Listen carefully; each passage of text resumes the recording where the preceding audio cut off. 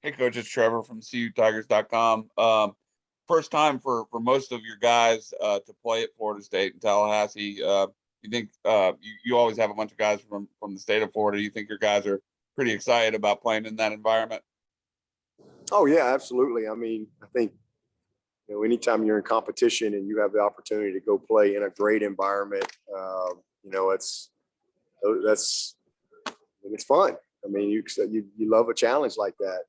So I think they're definitely looking forward to it. Yeah, we don't have many guys that have been there. Just kind of weird, just like the BC game. We only had a couple guys that had been there as well. But a lot of these guys have been there at some point or another along the way.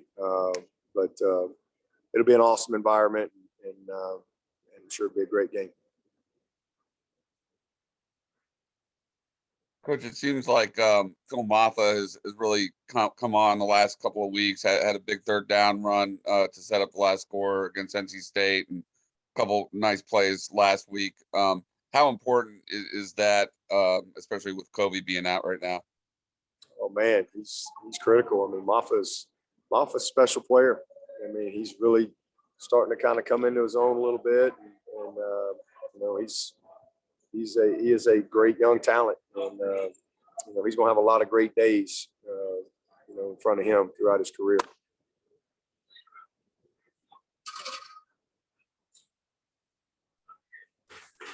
Dabo, this is Chapel with the State. Xavier Thomas talked this week kind of about mental health and being aware of that going through his injury. I was wondering, what's available for players, and is that something y'all find yourselves talking about more and more, like in your coaching career, Clemson specifically? Oh, yeah, there's no doubt about that. We're not fully there yet, but I'm very thankful that it's something that people are more willing to talk about. 10 years ago, it was like something people just didn't talk about, and especially in our game, everybody's tough guys, and you push through things. But mental health is a huge thing in society.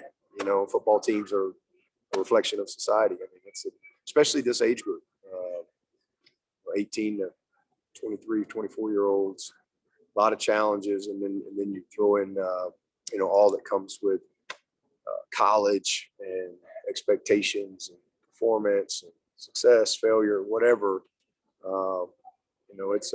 It's a huge thing, and it's why when I got the job in 2009, one of the first things I did was go see Terry Don Phillips and talk to him into allowing me to hire Milt Louder. And I remember when I told him that, he was like, "Well, we hire Milt Louder," and I was like, "Because we need somebody that the mental part of this game and the mental part of life is a huge part of anything. So we should really invest in that and work on that." So we've it's been a big part of what we do. Has been for a long time. We have Milt, who's been with me now for 14 years. He does a fantastic job, both from a performance mental health standpoint, but also mental wellness. When there's really tragic things. I mean, I think of Jay Guillermo, for example, and where he was. I didn't think I'd ever see Jay Guillermo again, and man, not only did I see him, he came back and man, he became a captain, and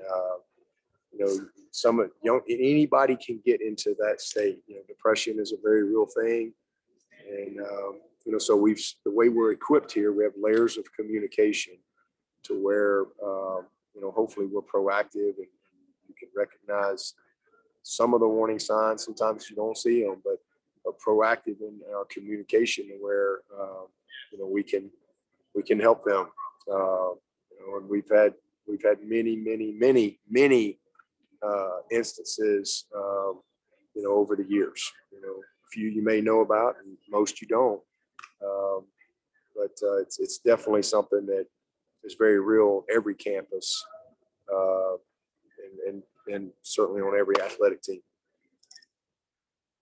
Hey, Dabo, I'm down in Louisiana working on something about what it takes for coaches, especially first-year coaches, to kind of build a program I'm wondering, obviously this may be a process that never ends necessarily because you're always trying to stay up at a certain level, but like, what did you maybe see in your team, the signs that even before the results showed up, showed you had taken Clemson to another level?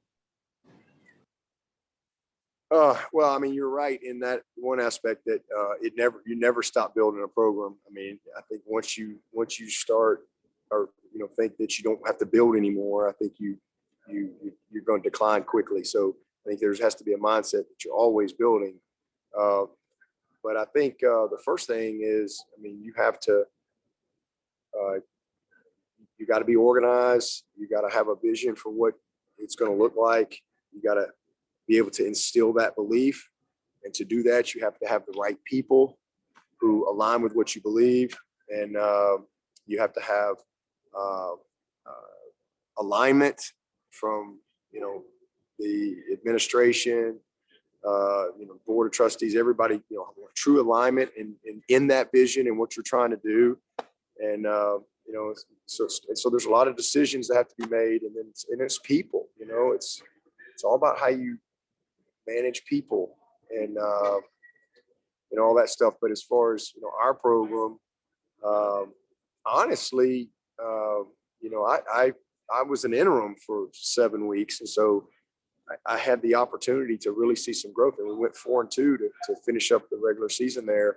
And I just saw these guys buying into what we wanted to do that year. But then when I got the job, and you kind of have an off season and all that type of stuff, and you just start seeing the buy-in.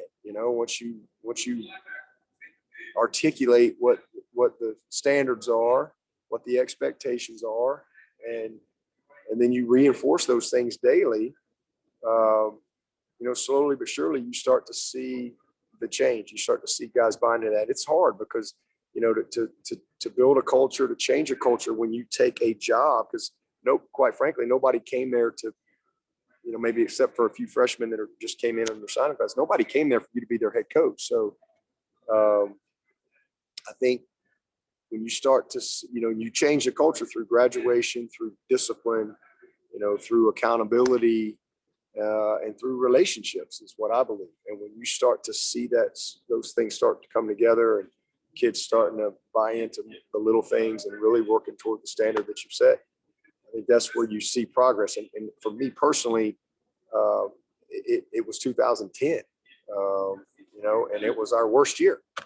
Our first year, it wasn't great, but we won our first division championship, won 9 games, went to the ACC championship game for the first time. And so, I could really see, and that was big because guys got a little bit of a taste of success. We won our bowl game. And then 2010, we lost 5 games by 6 points or less. And I just remember vividly, because you start to find out where you are culturally, where you are programmatically, when you see how people handle adversity. It's easy when it's all good and everybody's winning and there's not a lot of criticism and all that. But when you go through that, and then maybe you have to make some tough decisions as well, but yet you see the chemistry. And I remember coming out of that 10 season, in fact, I said I think we're getting ready to have the winningest decade in Clemson football history. And I was more convinced than ever after that 2010 team, and we won 6 games. But again, we lost to the national champion that year, Auburn, in overtime. We lost at Florida State on a 55-yard field goal with 2 seconds. I just saw the kids competing, and as the adversity came, they grew closer together. And I think that's when you know that you're heading in the right direction.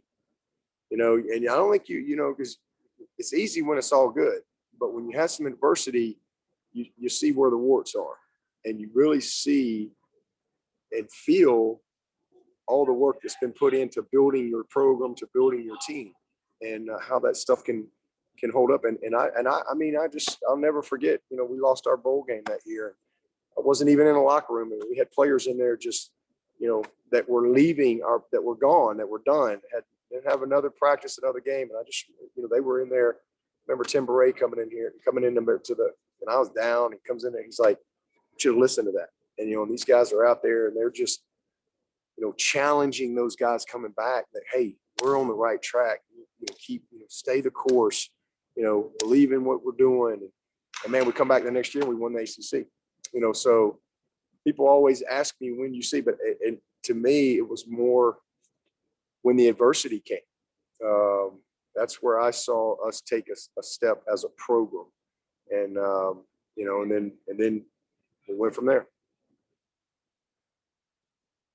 I don't know if that helps. Oh, sorry. Go ahead.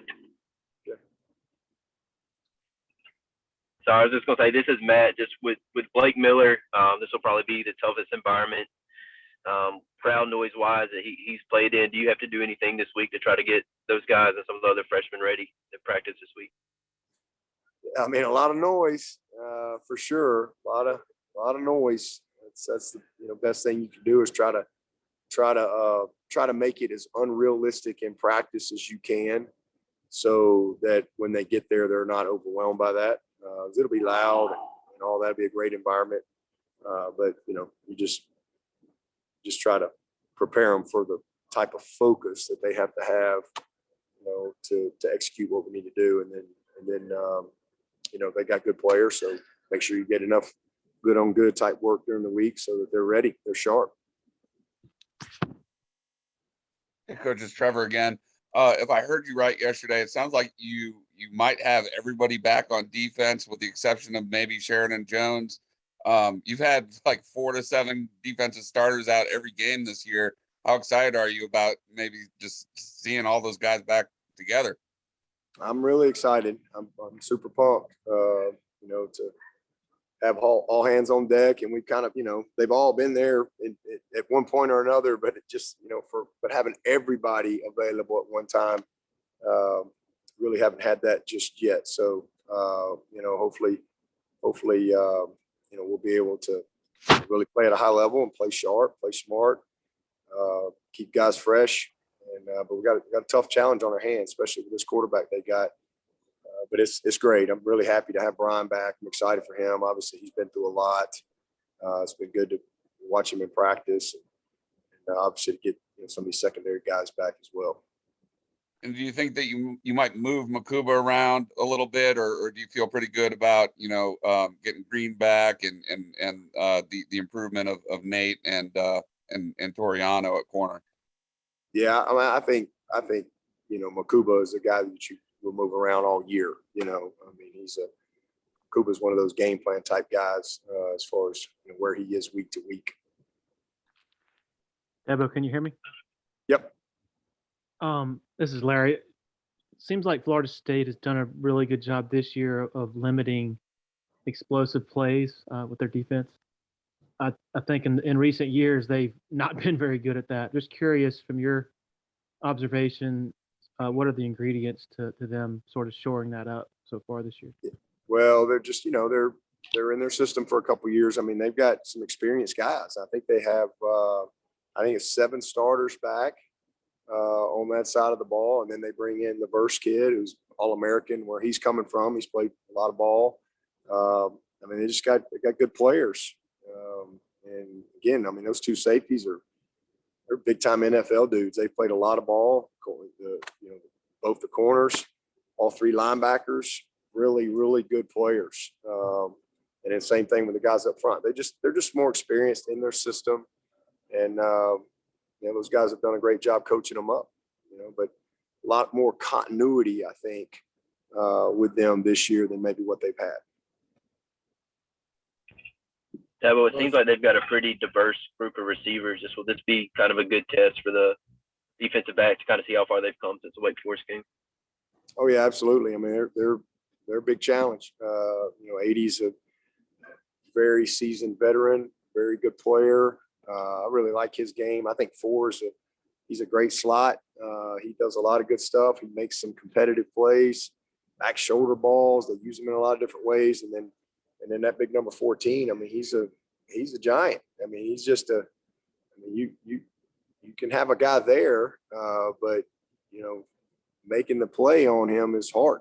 So they've definitely, and then their tight end is a really good player. They find him, use him. And so, I mean, they're a complete group, and they've got three of the best backs, that you're going to see. So and then a quarterback who can fly around. So it's they got really good personnel, and they know how to use their personnel to present challenges, to attack you and present challenges.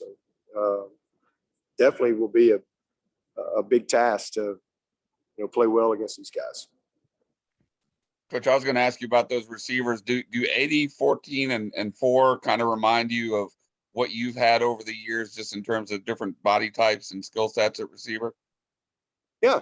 I mean, and then number 11 too. I mean, he started for them some last year. He's a really good player. And they got several guys, but I mean, they got guys that can do a little bit of everything. I think we got guys that can do the same. I think we got guys just like that can do just everything that we need them to do. But they're probably a little bit more experienced, than we are at this point. Outside of, well, even Ngata, he's getting his most experience this year. Obviously, Antonio's a young guy. Bo's still a year and a half into his career. So we got a good group, and they got a good group. Be a fun night to watch those matchups. With Ngata, just with him finally staying healthy consistently, just how nice has it been to see him go out and kind of play like the way you thought he would, and go out to make so many competitive catches? Yeah, it's been great. He's a handful. I mean, he really is. I'm proud of him. It's been fun to see him be able to practice every day and just be able to, get the reward for all the work that he's put in, and finally be able to stay healthy and stay on the field. And just really proud of him. He's bought into what he has to do to take care of his body, and he's made a lot of big plays already. And hopefully there'll be a lot more to come in the second half. And I'll tell you, the biggest thing is his blocking. I mean, he has really, really been a factor for us, with his blocking. Really proud of just how hard he's worked to be a complete player. Coach, for years, offensive line has been a bugaboo for Florida State, but they look like a lot different group this year. Is that what you see on film? Yeah, they're much improved, for sure. They got 3 starters back that have now, played a lot of football for them. They brought in a couple transfer guys. So they're definitely just more seasoned, definitely the best they've been in a while.